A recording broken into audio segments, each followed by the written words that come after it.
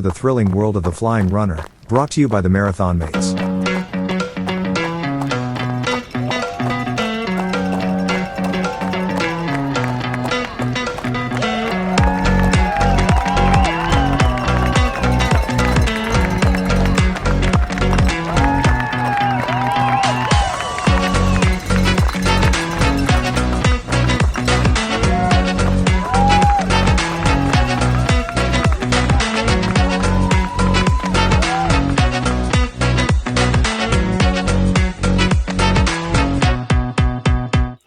Hey there, runners. It's Tony here from the Flying RuNR, and welcome to Out and Back, the turnaround point for your weekly running journey. Now, last week we did not get an episode out because we had a little thing called Cyclone Alfred, the bore down here on Brisbane. Now, thankfully, Team Alice came through that cyclone unscathed, but Team Tony lost power right up until Monday night midnight. So not only did I not get an Out and Back episode out, which I normally record on a weekend, we did not manage to get our regular episode out. So unfortunately, we had a bit of a break.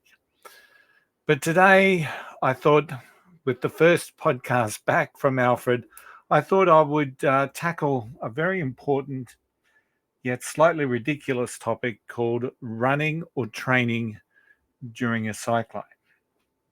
So I did say slightly ridiculous. Now let me just start. Now, if you're even considering heading out for a run while Mother Nature is unleashing her full fury, let me just stop right there. The first tip is do not run during a cyclone.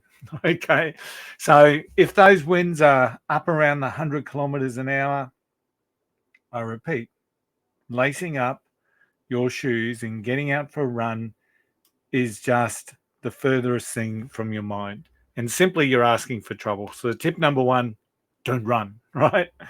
So, but let's look at some of the reasons why you may want to run. And I'll just reiterate back to tip number one, do not run.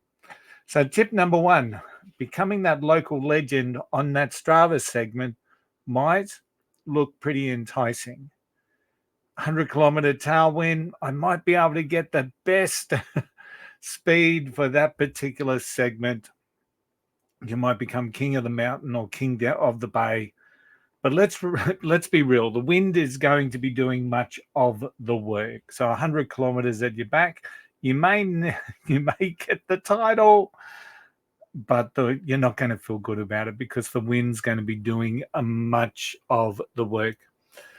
So, and at the end of the day, running your fastest mile won't mean that much when you end up hugging a street light or a lamp pole and holding on for dear life while the cyclone rages around you.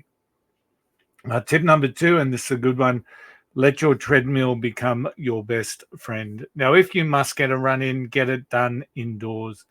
A treadmill may not offer the thrill of dodging airborne trash, sheets of corrugated iron, tree branches, but it does come with Wi-Fi, often air conditioning, snacks, and a 0% chance of being blown into the next suburb.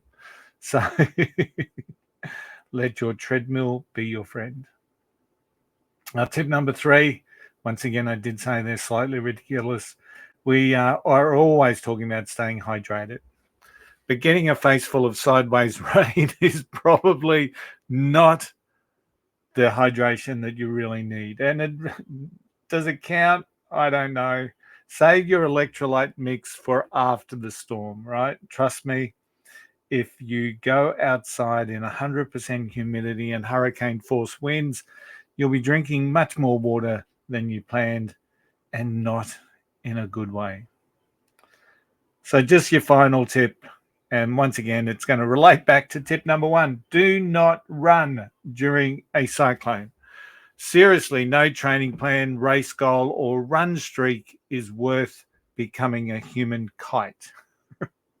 Stay safe, wait it out, and use the time for things like foam rolling, strength training, or binge watching if need be. Just make sure they're running docos. That might be the thing that will keep you going. Your legs and the emergency responders will probably thank you for doing that. And that's it for the first episode back from Cyclone Alfred. And it's out and back. If you've enjoyed this episode, please hit subscribe, share it with a running mate, and just stay safe out there. Until next time, happy running.